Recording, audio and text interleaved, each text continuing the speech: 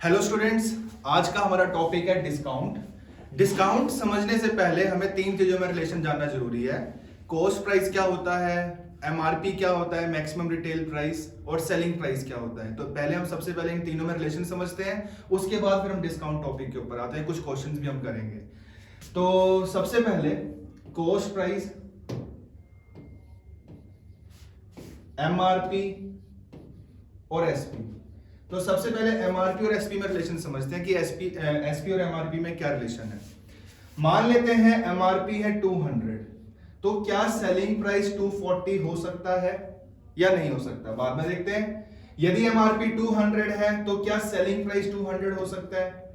यदि एमआरपी 200 है तो क्या सेलिंग प्राइस 160 हो सकता है। तो इसमें से क्या कंडीशन पॉसिबल है, क्या नहीं।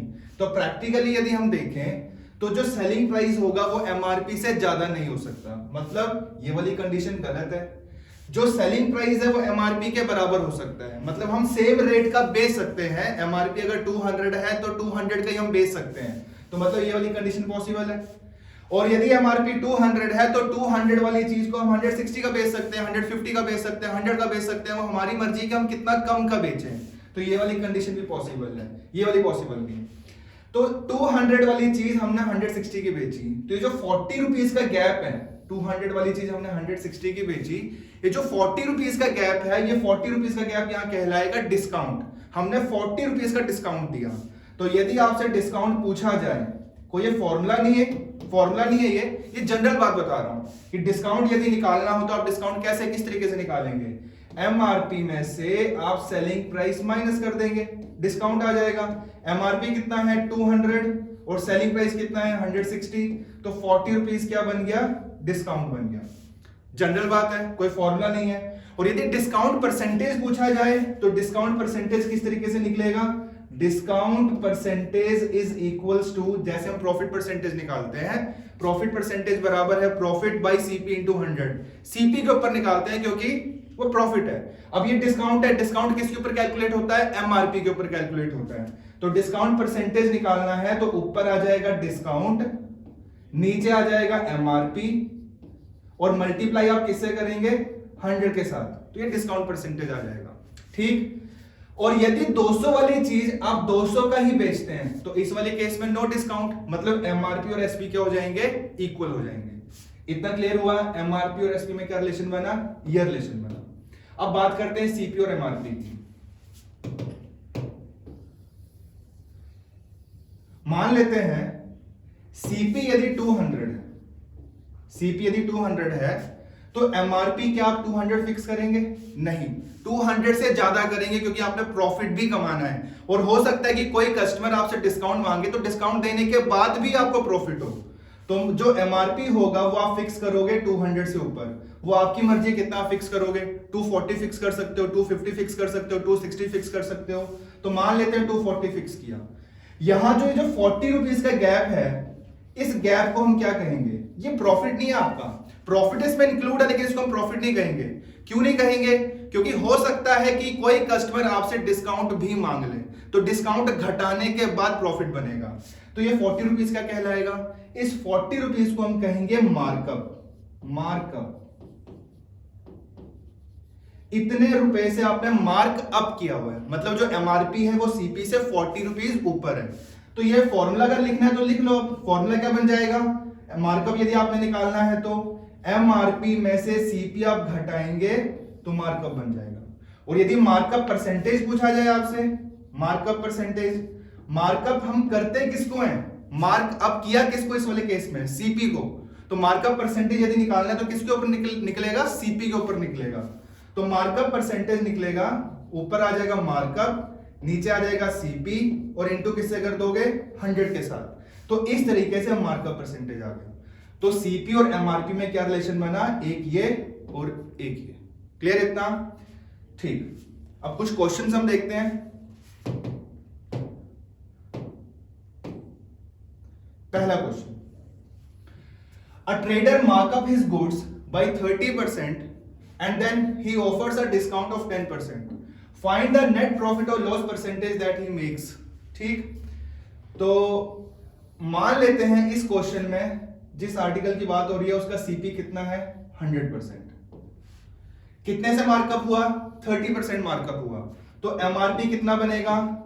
मार्कअप 30% है, मतलब हम सीपी को 30% मार्कअप कर रहे हैं, तो मतलब एमआरपी जो बनेगा वो सीपी से 30% ऊपर है, तो एमआरपी बन जाएगा 130%।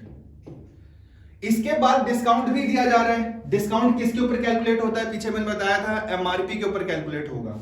एमआरपी कितना? 130 के ऊपर 10% डिस्काउंट, तो 130 के ऊपर कैलकुलेट होगा 10%, तो 10% ऑफ 130 इज 13, तो 13 का डिस्काउंट हो गया।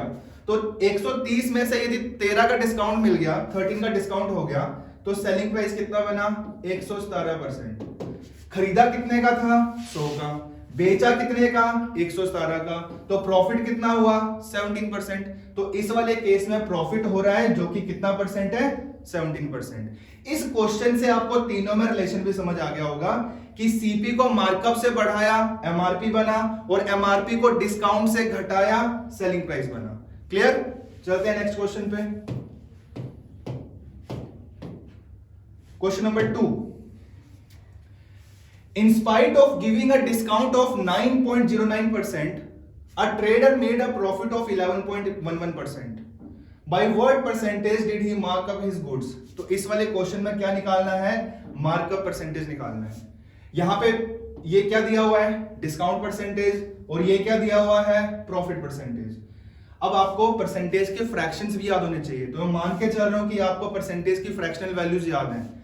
तो 9.09% का मतलब होता है 9 and 1/11%, जो कि फ्रैक्शन में बनता है 1/11, और 11.11% जो होता है इसको हम लिख सकते हैं 11 and 1/9%, जो कि फ्रैक्शन में होता है 1/9। और मैं एक चीज और मान के चल रहा हूं, आपको परसेंटेज के बेसिक्स पता है, नंबर्स को इंक्रीज कैसे किया जाता है, डिक्रीज कैसे किया जाता है। अब इस क्वेश्चन में लिखा हुआ है कि 1/11 का आपने डिस्काउंट दे दिया। डिस्काउंट किसके ऊपर कैलकुलेट होता है बच्चे? एमआरपी के ऊपर। मतलब एमआरपी को हम 1/11 से घटाएंगे, एमआरपी को हम 1/11 से घटाएंगे तो क्या बनेगा? Selling price. और 1/9 ये क्या है? प्रॉफिट। मतलब सीपी को प्रॉफिट से हम इंक्रीज करेंगे तो क्या बनेगा? तो भी एसपी बनेगा। तो यहां पे एमआरपी और एसपी में आप रिलेशन बना सकते हैं। किस तरीके से? एमआरपी को डिस्काउंट से घटाया, 1/11 से घटाना है, तो 1/11 से कैसे घटाएंगे? 1 माइनस 1/11, 10/11 से मल्टीप्लाई करके। मैं फिर कह रहा हूं, मैं ये मान के चल रहा हूं कि परसेंटेज के बेसिक्स आपको पता है, नंबर्स को इंक्रीज कैसे किया जाता है, डिक्रीज कैसे किया जाता है। तो एमआरपी को 1/11 से घटाया तो ये क्या बन गया? एसपी बन गया। अब आते हैं सीपी के ऊपर। सीपी को प्रॉफिट, देखो सीपी के ऊपर प्रॉफिट हो रहा है 1/9, सीपी को 1/9 से यदि हम बढ़ाएंगे तो क्या बनेगा? एसपी बनेगा। तो 1/9 से कैसे, किस तरीके से बढ़ाएंगे? 1 प्लस 1/9, तो क्या बनेगा? 10/9। तो सीपी को 1/9 से बढ़ाकर क्या बना? ये भी एसपी बना। ये भी एसपी है, ये भी एसपी है, तो मैं बीच में इक्वल का साइन लगा सकता हूं, बिल्कुल लग सकता है। अब यहां पे क्या रिलेशन बना है एमआरपी और सीपी में? 10 से 10 कट जाएगा, और यहां पे एमआरपी और सीपी का आप रेशियो बना सकते हैं। क्या रेशियो बन जाएगा? 11/9। तो रेशियोज को कंपेयर करके आप परसेंटेज में आंसर दे सकते हो। मार्कअप परसेंटेज पूछा हुआ है, मार्कअप परसेंटेज का फॉर्मूला मैंने पीछे लिखवाया भी है, फिर से एक बार लिख देते हैं। Markup percentage is equals to markup over CP into 100। Markup किसका डिफरेंस होता है? एमआरपी और सीपी का। एमआरपी मान के चलते हैं 11 यूनिट्स है, सीपी मान के चलते हैं 9 यूनिट्स है। तो कितने से मार्कअप हुआ? 2 यूनिट से मार्कअप हुआ। नीचे क्या रखेंगे? सीपी। सीपी कितना है? 9 इंटू 100। ये आंसर बनेगा 22 पॉइंट कुछ, 22.22। तो 22.22% मार्कअप परसेंटेज। Thank you.